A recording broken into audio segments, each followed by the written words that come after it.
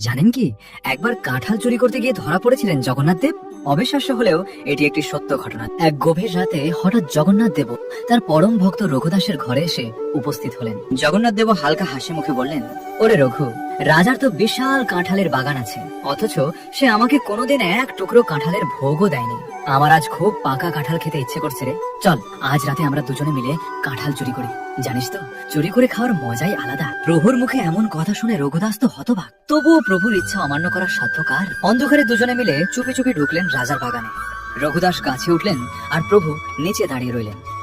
জগন্নাথ দেব বললেন, রঘু, ওই বড় কাঁঠালটা ছিঁড়ে নিচে ফেলে দাও, আমি ধরে নেব। কিন্তু রঘুদাস কাঁঠালটি ফেলতেই এক বিকট শব্দ হলো। সেই শব্দ শুনে পাহারাদাররা চিৎকার করে ছুটে এলো। ঠিক সেই মুহূর্তে জগন্নাথ দেব অদৃশ্য হয়ে গেলেন আর একা ধরা পড়ে গেলেন বেচারা রঘুদাস। পরদিন রঘুদাসকে বন্দী করে রাজদরবারে নিয়ে যাওয়া হলো। তিনি নির্ভয়ে রাজার কাছে সব সত্যি কথা খুলে বললেন। রঘুদাস শান্ত